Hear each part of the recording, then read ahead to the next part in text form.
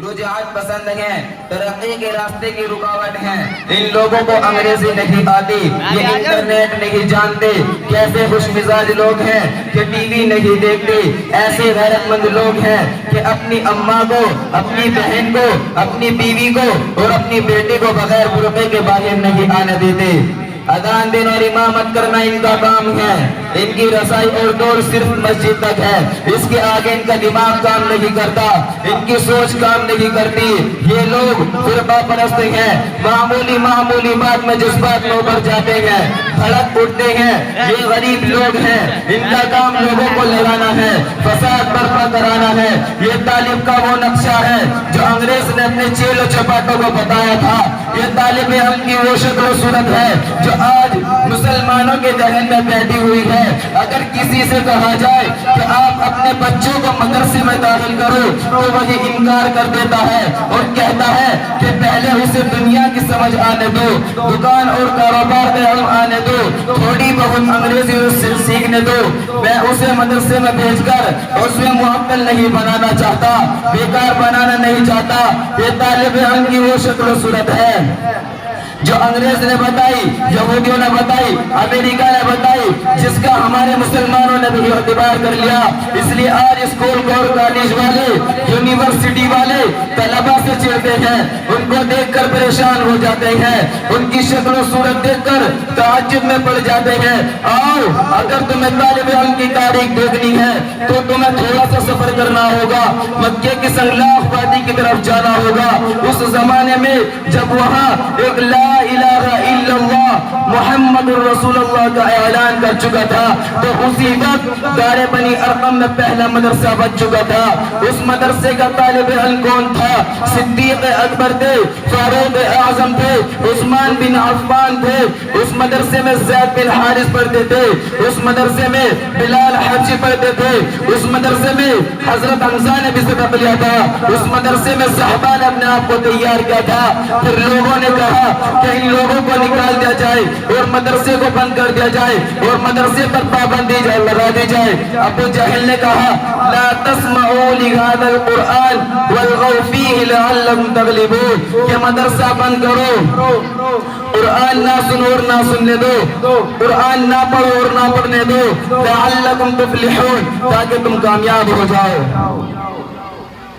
مگر دیوانے چل پڑے مدینے کی طرف، مدرسہ سینے میں لے ہوئے، وہاں مصعب بن عمیر پہلا مدرسہ کھولے بیٹھے تھے، پھر جا کر دوسرا مدرسہ قائم ہوا۔ آج کی تاریخ میں ان کو اصحاب الصفہ کے نام سے یاد کیا جاتا ہے۔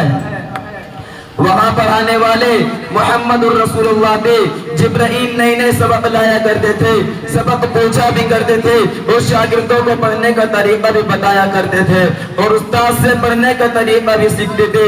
یہ مدرسہ قائم ہوا، دنیا کے سارے لوگ پریشان، مدینے کے منافق پریشان ہو گئے کہ مکہ والوں کی جان چھوٹی تو مدینے والوں پہ آ پڑی، یہ مدرسہ کرے گا کیا؟ مدرسے نے بتایا کہ ہم سب کچھ کرنا جانتے ہیں۔ لوگوں نے کہا کہ مونگ اور مسور کی دال کی ابو ہریرہ کو دیکھو، انس کو دیکھو اور بلال کو دیکھو، ان مدرسے کے طلبہ کو دیکھو، ان کے پاس کھانے کے لیے روٹی نہیں، پہننے کے لیے کپڑے نہیں اور باتیں کرتے ہیں لیظہرہ علی الدین کلی، کہ ہم دین کو غالب کر دیں گے۔ اور پہلے اپنی روٹی کا بندوبست کرو، اپنے کپڑوں کا نظم کرو۔ سڑکوں پر پڑے رہتے ہو کہ کوئی روٹی کے ٹکڑے دے دے وہ تم کھا لیتے ہو، اور تم کہتے ہو کہ ہم مدینے میں خلافت کریں گے، ہم مکہ میں خلافت لائیں گے۔ وہ طالب علمو، تمہارا دماغ خراب ہے، مگر تاریخ نے دیکھا کہ یہی طلبہ تھوڑی دیر کے لیے کتابیں بند کر کے ہاتھوں میں تلواریں لے کر بدر کے میدان کی طرف جا رہے تھے اور اسی پرچم کا ثبوت دے رہے تھے جس پرچم میں سفید رنگ علم کی نشانی ہے اور کالا رنگ جہاد کی علامت ہے۔ میرے محترم بزرگوں اور دوستوں، اپنے مدرسے کی بنیاد رکھو، تیرے مدرسے کو نہ کوئی بند کر سکا ہے اور نہ بند کر سکے گا۔ تیرا مدرسہ مکہ سے اٹھایا گیا تو مدینے میں جا کر آباد ہو گیا، تیرے مدرسے پر مدینے والوں کی انگلیاں اٹھی تو بدر میں جا کر پڑاؤ ڈال دیا، پھر بدر کے میدان سے واپس آیا تو تو نے مدرسہ نہیں چھوڑا۔ وہی نبی تھے، وہی علمہ الکتاب والحکمہ، وہی طالب علم تھا کہ سیکھ رہا تو یاد کر رہا تھا۔ یہ جو آج حدثنا اور قال النبی کی خوشبودار آواز لگتی ہے، یہ ہمیں بتاتے ہیں کہ مدرسہ بند نہیں ہو سکتا، اس لیے کہ ہم نے نبی کے الفاظ کو یاد کیا ہے، نبی کی اداؤں کو محفوظ کیا ہے، نبی کی شکل و صورت کو یاد رکھا ہے، نبی کی گفتار کو، نبی کے کردار کو یاد رکھا ہے۔ خدا کی قسم ہم نے نبی کی مسکراہٹ کو بھی یاد رکھا ہے، نبی کے تلوار کو بھی یاد رکھا ہے، نبی کے امامہ کو بھی یاد رکھا ہے، نبی کی جنگی ٹوپی کو بھی یاد رکھا ہے، نبی کے سر پر لگنے والے زخم کو بھی یاد رکھا ہے۔ رب کعبہ کی قسم ہم اس لعاب کو بھی نہیں بھولے جو نبی طلبہ میں تقسیم کرتے تھے، اور ہم اس خون کو بھی نہیں بھولے جو نبی دین کی خاطر لٹایا کرتے تھے۔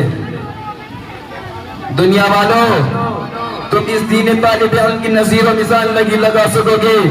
ان طالب علموں نے جن سے سمندر کو عبور کیا ہے اور جن امتحانات کو پاس کیا ہے، تم ان کو تصور میں بھی نہیں لا سکتے ہو۔ یہ مدرسہ چلتا آ رہا ہے، مدینے والوں نے سازش کی کہ مدرسہ بند کرو، آپس میں مشورہ ہو گیا کہ قرآن ان کے مشورے کے سلسلے میں ذکر کرتا ہے لَإِن رَجَعْنَا إِلَى الْمَدِينَةِ، دور میں گئے تھے جہاد کے لیے مگر واپس آ گئے۔ راستے میں مشورہ ہو گیا کہ جب ہم مدینے کی طرف لوٹیں گے تو ہم عزت دار لوگ ان ذلیل لوگوں کو نکال دیں گے۔ ہائے میرے اللہ، ان منافقوں کو کیسا ناز تھا، اپنے معزز ہونے پر اس زمانے میں بھی تھا اور اس زمانے میں بھی ہے۔ یہ مدرسے والوں کو دلیل سمجھتے ہیں، حالانکہ آسمان جانتا ہے کہ یہ منافق دلیل ہے، فرشتے جانتے ہیں کہ یہی دلیل ہے۔ دلیل بزدل ہوتا ہے، یہ منافق بزدل ہے، دلیل کمینہ ہوتا ہے، یہ منافق کمینے ہیں، یہ غیروں کے ہاتھوں بکنے والے، مشرکوں کے ساتھ معاہدہ کرنے والے، یہ قیصر و فارس کے سامنے گھٹنے رگڑنے والے، یہ منافق اپنے آپ کو معزز سمجھتے تھے اور آج بھی معزز سمجھتے ہیں، نائق المعزز تھے اور آج معزز ہے۔ مشورہ ہو گیا کہ مدرسہ بند کرو۔ اسی مدرسے کے گنانے والے کے گھر سے ایک طالب علم کھڑا ہوا اور کہا کہ آقا،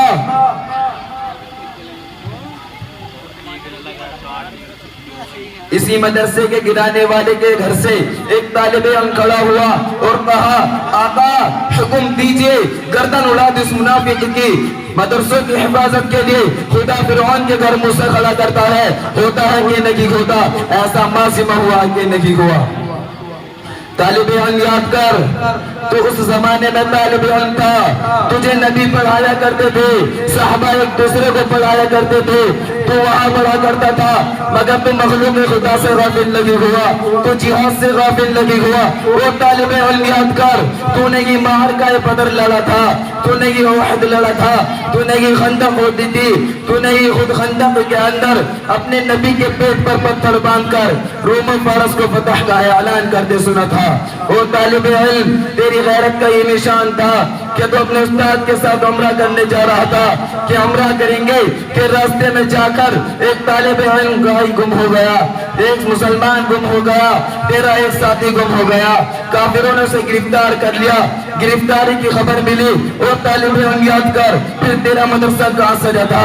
تیرا مدرسہ ایک درخت کے نیچے سجایا گیا، وہ درخت بھی محفوظ کر لیا گیا، تو نے اپنے استاد کے ہاتھوں میں گھا دیا تھا، تو نے اپنے آقا کے ہاتھوں میں گھا دیا تھا، تو نے موت پر بیعت کی تھی۔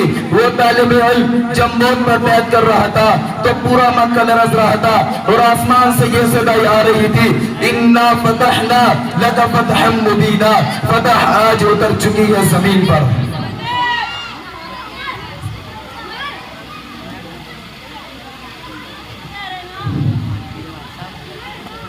مصلحت پسندی کے نام سے دین کو جھکانے والوں، کس کا نام لیتے ہو اور کس کا کردار بناتے ہو؟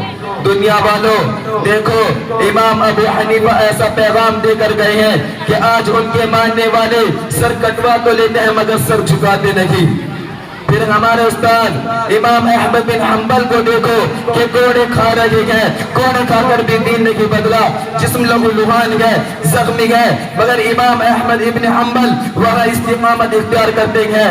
پھر ہمارے استاد امام مالک کو دیکھو، ہمیں ڈرانے والوں ہمارے استاد کو دیکھو کیسا ظلم ڈھایا گیا، گلی گلی کوچا کوچا انہیں رسوا کرنے کے لیے گھمایا گیا، مگر انگلی بھی کھڑی ہوئی تھی اور گردن بھی تنی ہوئی تھی اور زبان پر حق کا کلمہ جاری تھا، اسی طرح جاری تھا جس طرح ہوا کرتا تھا۔